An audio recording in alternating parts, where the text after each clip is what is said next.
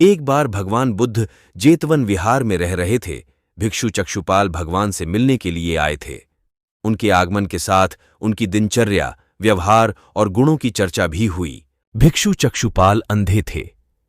एक दिन विहार के कुछ भिक्षुओं ने कुछ मरे हुए कीड़ों को चक्षुपाल की कुटी के बाहर पाया और उन्होंने चक्षुपाल की निंदा करनी शुरू कर दी कि उन्होंने इन जीवित प्राणियों की हत्या की। भगवान बुद्ध ने निंदा कर रहे उन भिक्षुओं को बुलाया और पूछा कि क्या तुमने भिक्षु को कीड़े मारते हुए देखा है? उन्होंने उत्तर दिया, नहीं।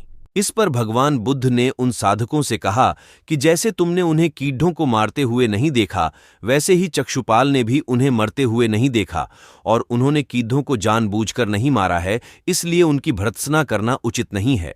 भिक्षुओं ने इसके बाद पूछा कि चक्षुपाल अंधे क्यों हैं? उन्होंने इस जन्म में अथवा पिछले जन्म में क्या पाप किए? भगवान बुद्ध ने चक्षुपाल के बारे में कहा कि वे पूर्व जन्म में एक चिकित्सक थे। एक अंधी स्त्री ने उनसे वादा किया था कि यदि वे उसकी आंखें ठीक कर देंगे तो वह और उसका परिवार उनके दास बन जाएंगे। स्त्री की आंखें ठीक हो गईं तो वह और उसका परिवार उनके दास बन जाएंगे। स्त्री की आंखें ठीक हो गईं, पर उसने दासी बनने के भय से यह मानने से इनकार कर दिया। चिकित्सक को तो पता था कि उस स्त्री की आंखें ठीक हो गई हैं, वह झूठ बोल रही है।